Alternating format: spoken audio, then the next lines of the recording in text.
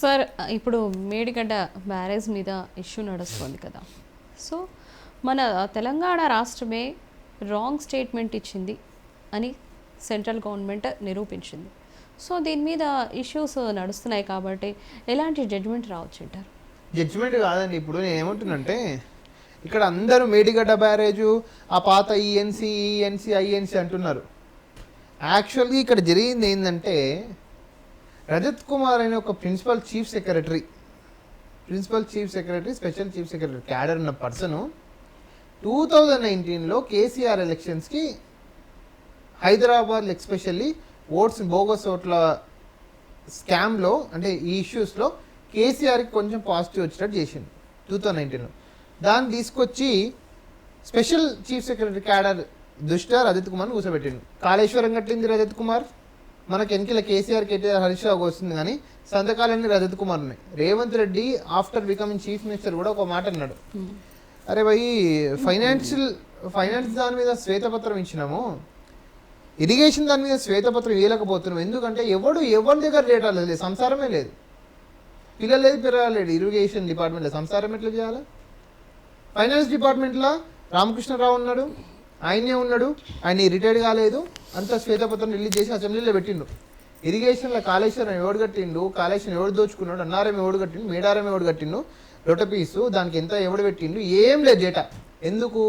Irrigation principal secretary ఎప్పుడైతే November 30, 2023 general elections అయినాయో అదే రోజు రజత్ కుమార్ యొక్క retirement, official retirement. He is an IAS officer, 58 ఇయర్స్కి ఆయన రిటైర్మెంటు అదే రోజు.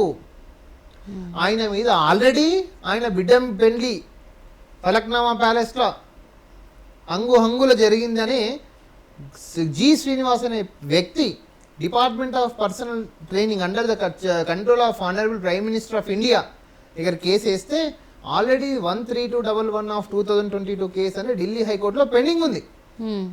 పెండింగ్ ఉన్నప్పుడు అప్పుడు ఢిల్లీ హైకోర్టు అడిగింది, అయ్యా మరి డిఓపిటీ కంప్లైంట్ చేసింది కదా, డిఓపిటీ కంప్లైంట్ని చీఫ్ సెక్రటరీకి రాయడం సబబా కాదా అని అడిగింది. ఇంకా స్టిల్ కేసు పెండింగ్. ఇప్పుడు April 9th జడ్జి అదేంటిది హీరింగ్స్ ఉన్నాయి. రజత్ కుమార్ అనే పర్సన్ రిటైర్మెంట్కి ముందు enquiry report Sunil Sharma same cadre, అంటే సేమ్ స్థాయి ఉన్న వ్యక్తితో ఎవరైనా ఎంక్వైరీ చేయిస్తారో ఒక అలిగేషన్స్ ఉన్నప్పుడు ఎక్కడా లేదు. Enquiry has to be conducted by the at least chief secretary, ఆయన పై అధికారితో ఎంక్వైరీ చేయించాలి. కానీ ఈయన స్పెషల్ చీఫ్ సెక్రటరీ, ఆయన స్పెషల్ చీఫ్ సెక్రటరీ, దొంగ కాదని ఇంకో దొంగ తీర్పిచ్చిందట ఎంక్వైరీ రిపోర్ట్లో. ఎంక్వైరీ రిపోర్ట్ ఎప్పుడు వచ్చింది? 2023లో November 30, 2023 ఈయన రిటైర్మెంట్ అయ్యేటప్పుడు 11th monthలో రిటైర్ అయ్యేటప్పుడు 9th month సెప్టెంబర్లో ఎంక్వైరీ రిపోర్ట్ వచ్చింది. అంటే ఏంటి? ఈయన ఎంక్వైరీ రిపోర్టు ఈ రిటైర్మెంట్కి తొందరగా పెట్టి ముందుకు ఈ ఎంక్వైరీ రిపోర్ట్ అంటే ఎంక్వైరీ రిపోర్ట్ పెండింగ్ ఉంటే రిటైర్మెంట్ బెనిఫిట్స్ ఆగిపోతాయి కదా, పెన్షన్ కానీ గ్రాట్యుటీ కానీ ఇవన్నీ ఆగిపోతాయి. ఇవన్నీ టాక్టిక్గా యూజ్ చేసి ఈ దొంగ కాళేశ్వరం, మేడిగడ్డ, అన్నారంలో మొత్తం బయటికి లక్షల కోట్లు తిని కరెక్ట్ కేసీఆర్ మారుతున్న టైంకి బయటపడ్డాడు. ఇంకా నాకు సంబంధం లేదు, వేసుకున్నా నాకు సంబంధం లేదు. అంతేందుకు బిగ్ టీవీ చాలా టీవీస్లో ఇంటర్వ్యూల్లో కూడా నేను 50 ఎకరాలు అమ్మినంటే నువ్వు 50 ఎకరాలు కొంతేనే కదా అయ్యా నువ్వు అమ్మేది, అంతే కదా. మరి నువ్వు అమ్మిన అన్నప్పుడు నీ పెళ్ళాం ఎకరాలు నువ్వెందుకు అమ్మ, నా పెళ్ళాం అమ్మింది అంటావు, కానీ నువ్వు అమ్మినావని దొరికిపోయినావు కదా, దొంగ దొరికిపోయింది కదా.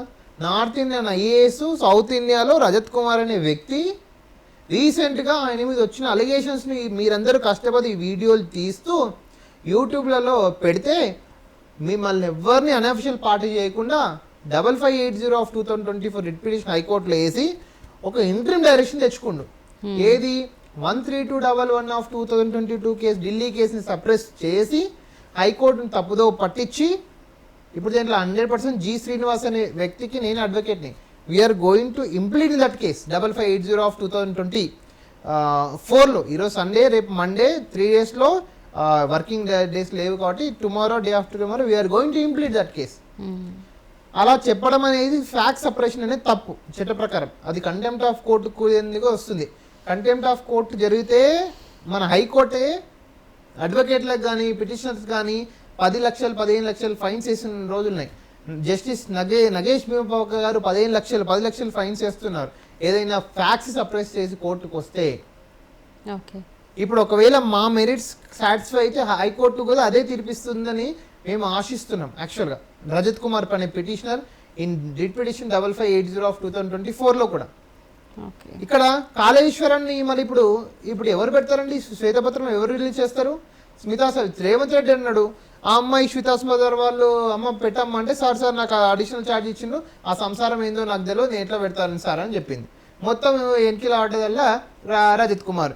ఇప్పుడు సెంట్రల్ గవర్నమెంట్ టీం తెచ్చి స్టేట్ గవర్నమెంట్ రిటైర్డ్ అయిన ఆఫీసర్లు చిన్న ఏఈలను బచ్చగాలను ఈలను పట్టుకుంటే ఏం చేస్తారు? మొత్తం వేసుకుపోయి దుబాయ్లోకి తరలించినాక రజత్ కుమార్.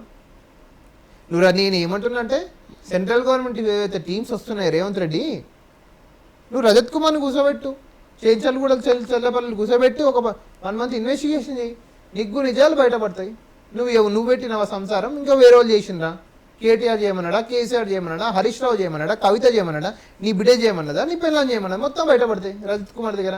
ఆయన కూర్చోబెట్టి ఎంక్వైరీ చేస్తే అన్ని నిజాలు బయటకు వస్తాయి. అంతేగాని సెక్రటరీకి పిలిపించుకొని కాంప్రమైజులు మాట్లాడితే కాంగ్రెస్ పార్టీ కూడా ఇదైతే పడుతుంది. లేటెస్ట్ స్టేట్మెంట్ ఒకటి ఇచ్చారు కదా సార్ జగన్ గారు, నెక్స్ట్ ఎలక్షన్స్లో నేను గెలిస్తే వైజాగ్ని రాజధాని చేస్తాను అని చెప్పారు. నేను అక్కడే వైజాగ్ని నేను అక్కడే ఉంటాను అని కూడా ప్రకటించారు. వైజాగ్ని ఆల్రెడీ రాజధానికి ఇప్పుడు కాదు, ఎప్పుడో డిక్లేర్ చేసిండు. నేను as an executive minister, chief minister కాబట్టి నేను ఎగ్జిక్యూటివ్ సంతకాలన్నీ కూడా వైజాగ్లోనే పెడతారు. అంటే ఏంటిది, ఆల్ ఐఏఎస్ ఐపీఎస్ ప్రిన్సిపల్ సెక్రటరీలు వైజాగ్లో కూర్చోవాలి. వీళ్ళు కొట్టుకునేది అసెంబ్లీలో కొట్టుకునేదేమో విజయవాడ అమరావతిలో. పంచాయతీలు వస్తే మాత్రం వాళ్ళకి పంచాయతీకి వస్తే కర్నూలు హైకోర్టుకి వేయాలని ఒక ప్రపోజల్ ఉండే. జగన్ గారి ప్రపోజలే అది యాక్చువల్గా. ఆయన విజయవాడలో సంతకం పెడితే ఈడ అమరావతిలో మాట్లాడితే విజయవాడలో సంతకం పెడతారంట ఫైల్ మీద, పంచాయతీలు వస్తే హైకోర్టుకు వచ్చి చెప్పుకుంటాడంట. అంటే నిజంగా 3 రాజధానులు మెయింటైన్ చేయడానికి ఆంధ్రప్రదేశ్ రోడ్లు రవాణా సౌకర్యం అట్లా ఉందా? కర్నూలుకి, విజయవాడకి, విశాఖపట్నానికి కనెక్టెడ్ ఫ్లైట్స్ ఉన్నాయా? కర్నూలుకి విజయవాడ విశాఖపట్నం మళ్ళీ రిటర్న్ కనెక్టెడ్ ట్రైన్స్ ఉన్నాయా?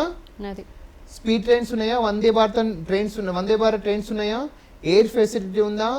వాటర్ ఫెసిలిటీ ఉందా? కనెక్టివిటీ ఉందా? నువ్వు 3 రాజధానులు కనెక్టివిటీ లేకుండా సంసారం ఎట్లా చేస్తావా వైఎస్ జగన్మోహన్ రెడ్డి? విశాఖపట్నం, విజయవాడ, కర్నూలులో ప్రాబ్లం వస్తే ట్రాన్స్పోర్ట్ ఫెసిలిటీ ఉంటే you can take the decision. నువ్వు ఈ 5 సంవత్సరాలు ఆ ట్రాన్స్పోర్ట్ బేస్ పిల్లర్స్ బిల్డప్ చేసి నువ్వు ఈ రాజధాని స్ప్లిట్టింగ్ చేస్తే మంచిగా ఉండే. నీ రియల్ ఎస్టేట్ పెంపుదల కోసం, నీ భూముల లాభాని కోసం చంద్రబాబు నాయుడు ఎట్లా స్ట్రాటజీ యూజ్ చేసిండో, నువ్వు వైజాగ్లో భూములు అమ్ముకోవడానికి ఈ పన్నాగా మాట్లేదా? ఈ విషయంలో రాజధాని స్ప్లిట్టింగ్ విషయంలో ఏపీ ప్రజలు 100కి 200% బలైనరు. ఎప్పుడైతే రాజధాని సుస్థిరంగా ఉంటుందో వాళ్ళ యొక్క ప్రజల యొక్క ప్రాబ్లమ్స్ కూడా త్వరితగతిన పరిష్కారం అయ్యేటువంటి నా ఒపీనియన్. ఈరోజు మనము దక్షిణ భారత రాజకీయ విశ్లేషణ గురించి చాలా చక్కగా చెప్పారండి. Thank you sir, thank you so much. చూసారు కదండి, ఈరోజు మనం దక్షిణ భారతదేశంలోని రాజకీయ పరిణామాల గురించి మనం తెలుసుకున్నాం కదా. మరో చక్కటి ఎపిసోడ్తో మీ ముందుట అంతవరకు చూస్తూనే ఉండండి మీ 910